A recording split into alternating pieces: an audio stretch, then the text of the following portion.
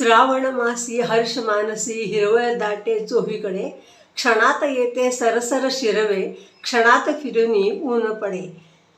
सध्या चालू आहे आणि असं वाटतंय की निसर्गानं हिरवी शाल पांघरली आहे आणि ह्याच कल्पनेतून मी हिरव्या पालेभाज्या घालून आपले नेहमीचे सगळ्यांचे आवडते पोहे करणार आहे. हे पोहे चातुर्मास स्पेशल, श्रावण स्पेशल असे आहेत, कारण आपण याच्यामध्ये कांदा घालणार नाही आहोत. बरेच जण पोहे करताना त्यात लसूण पण घालतात. आपण कांदा लसूण काहीही घालणार नाही आहोत. ब्रोकोली घेतली आहे, सिमला मिरची थोडीशी मोठी चिरून घेतलेली आहे. इथं 2 सिमला मिरची घेतलेल्या आहेत.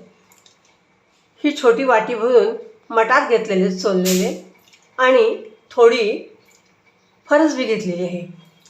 कढीलिंब घेतलेला आहे. मीठ, साखर, हिरव्या मिरच्या, कोथिंबीर भरपूर घेतलेली आहे आणि वरती पिळण्यासाठी लिंबू घेतलेला आहे. आणि हे आपले नेहमीचे जाड पोहे, आपण जे कांदे पोहे, बटाटे पोहे, मटार पोहे, तर्री पोहे असे वेगवेगळ्या प्रकारचे पोहे करतो, त्यात जे वापरतो ना ते हे पोहे.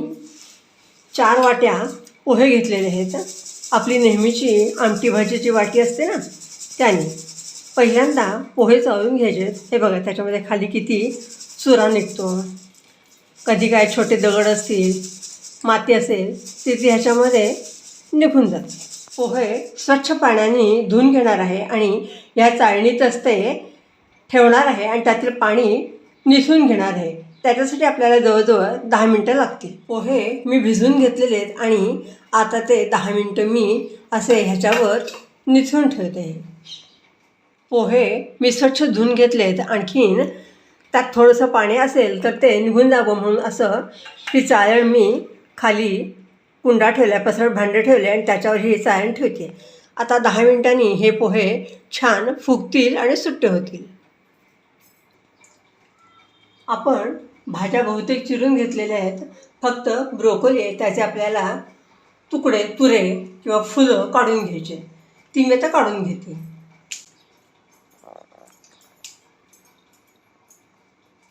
ब्रोकोलीचे मी तुकडे करून घेते आहे. म्हणजे असे हे तुरे आहेत ना ते वेगळे करायचे आहेत.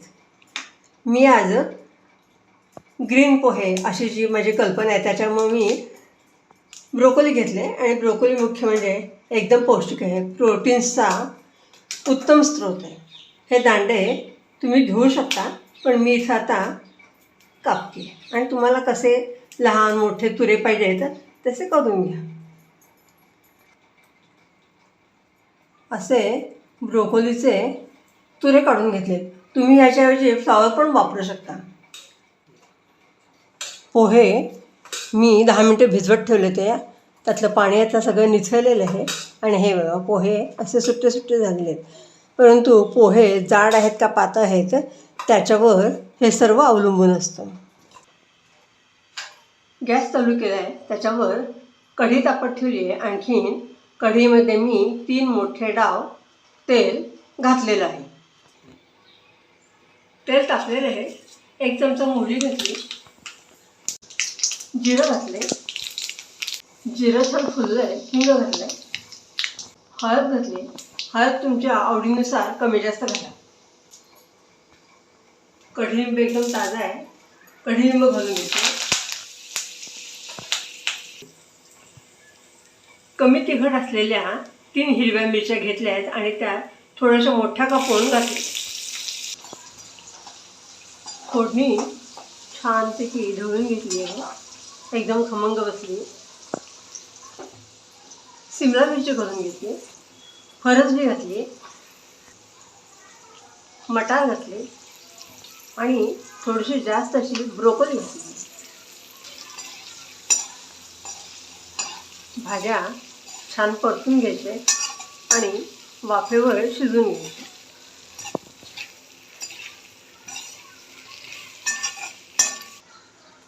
आपल्या भाज्यांना थोडंसं मीठ लागावं म्हणून किंचित मीठ घालून घेतले आणि भाज्या आता परतून घेते.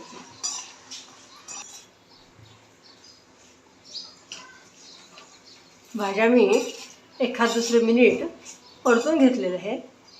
आता मी त्याच्यावर झाकण ठेवते आणि वाफ काढून घेते.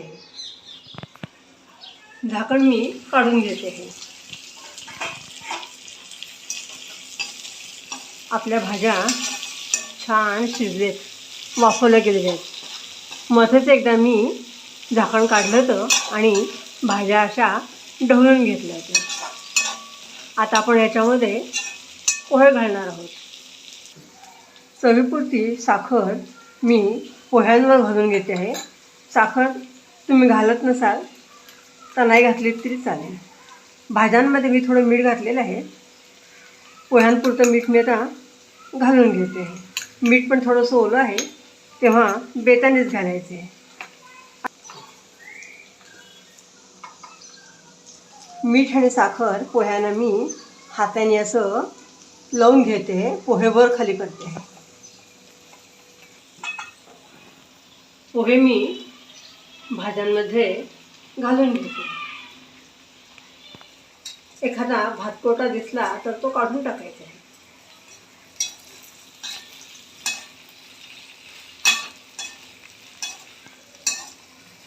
पोहे छान मिक्स करून घ्यायचे आहेत.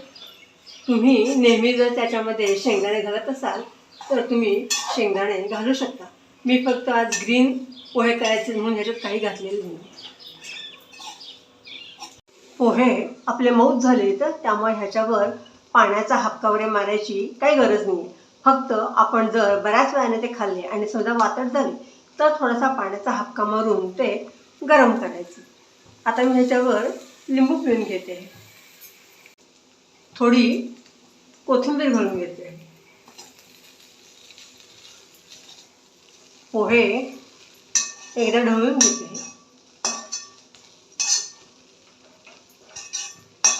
पोह्यांना आपली छान वाफ आलेली आहे, तरी पण अजून एक जरा वाफ दणकून यायला पाहिजे. त्याच्यासाठी मी याच्यावर 1 मिनिट झाकण ठेवून घेते. झाकण काढून घेतलेलं आहे. वाव, मस्त एकदम मऊसूत झालेले आहेत पोहे.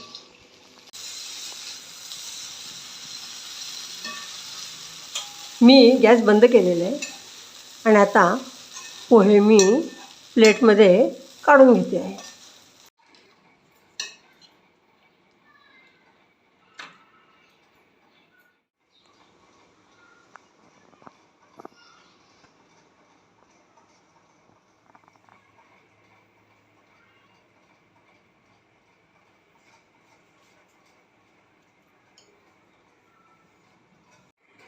आपले बिना कांदा लसूण चातुर्मास स्पेशल असे ग्रीन पोहे म्हणजेच ग्रीन व्हेजिटेबल्स घालून केलेले पोहे तयार झाले. तर रेसिपी आवडल्यास लाईक शेअर सबस्क्राईब करा.